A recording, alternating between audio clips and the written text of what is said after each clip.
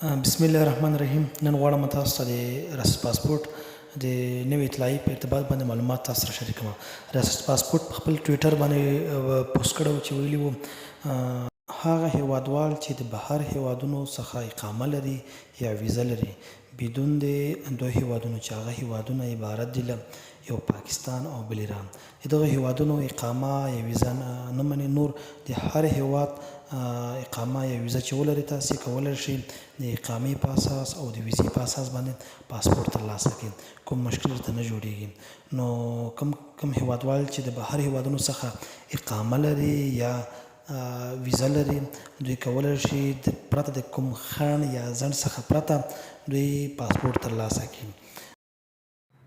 او بل هغه هیوادوال چې د پاکستان او د ایران هیواد ویزا یا اقامه لري دوی ته ریاست پاسپورت نه ورکوي. خپل اعلامیه کې لیکلي دي چې پرته د ایران او پاکستان د ویزې او اقامه لرونکو کسانو څخه نور ټول کوم هیوادونه چې دغه دوه هیوادونو څخه بغیر دي البته بل هیوادونو څخه کې اقامه لري دوی کولی شي چې ریاست پاسپورت ته مراجعه وکړي او خپل پاسپورت یې ترلاسه کړي.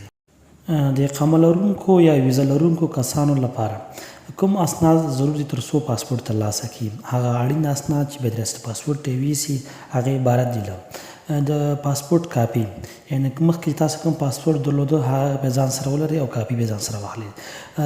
اصلي تذکره به ځان سره واخلئ. بدون د اصلي تذکرې تاسو نه درکوي. که چېرې تاسو تذکره کاغذي اوسیږي باید حواله نفوذ کې تایید کړئ. بل 4 قطعې عکسونه بل یو عریضه باید نوشته کړئ چې داسې عریضه باید داسې نوشته کړئ چې تاسې هلته ثابته کړئ چې تاسې اقامه لرئ او غواړئ پاسپورت ترلاسه کړئ او په بهر هیواد کې ژوند کوئ بغیر له د پاکستان او ایران څخه. نور هر هیواد کې تاسې ژوند کوئ او د هغه هیواد اقامه لرئ یا ویزه لرئ تاسې کولی شئ چې ریاست پاسپورت څخه پاسپورت ترلاسه کړئ. دغه اړین اسناد دي دا به ځان سره د بایومتریک په ورځ ځان سره باید ولرئ او تر څو ستاسو ته پاسپورت درکړل شي. که چېرته دغه اسناد تاسو سره نه وي بیا په دغه صورت کې بیا تاسو ته پاسپورت نه درکړل کېږي. د دې پروسه داسې ده چې کله تاسې ریاست پاسپورت ته مراجعه وکړئ لومړی به دغه خپل ټول اسناد تکمیل کړئ. کوم اسناد چې تاسو ته مخکې ذکر کړي دا ټول به ځان سره واخلئ ریاست پاسپورت ته مراجعه وکړئ. نو کله چې تاسې مراجعه وکړه تاسو معلوماتو شعبې ته لاړ شئ یا هلته خپل کارمندان دي هغې سره به د خپل مشکل شریک کړئ او عریضه به وړاندې کړئ.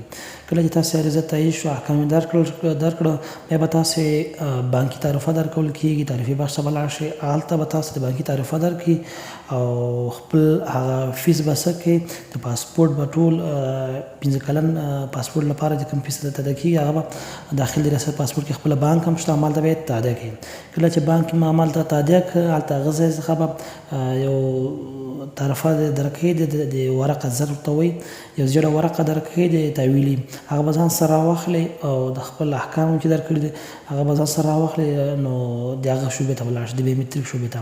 کله چې بایومتریک شعبې ته لاړئ تاسې ټول معلومات چک کېږي او سیستم کې راڅول کېږي. که چېرته مخکې تاسې بایومتریک شوي یاستئ ښه ترخه او که نه وي بایومتریک شوي بیا تاسې بایومتریک کوئ او هغه نه وروسته تاسې اسناد تاییدئ او تاسو ته د ټولو اسنادو یو ورقه درکوي چې د ورقه دې لپاره درکوي تاسې وګورئ چې کوم ځای غلط یا اشتباه وي هغه ورته موږ اصلاح کړو. که چېرته تاسو په تخلص کې یا په نوم کې یا د پلار په نوم کې یا داسې بل په سپیلنګ کې نو کوم ځای کې غلطي اوسېږي یا تاریخ تولد کې کوم ځای کې غلطي اوسېږي کولی شئ د بایومتریک په ورځ یې اصلاح کړئ او دا اصلاح کېږي. بیا هغه نه وروسته چې کله ښه مطمئنه شوې دغه ورقه به بېرته دغه یو ورقه تاسو درکوي نو هغې تاییدوي. د تاییدولو لپاره کوم ځای کې اشتباه هغه اصلاح کړئ نور خپل اسناد سره ضمیمه کوئ او د چاپې فرم ته معرفي کوي.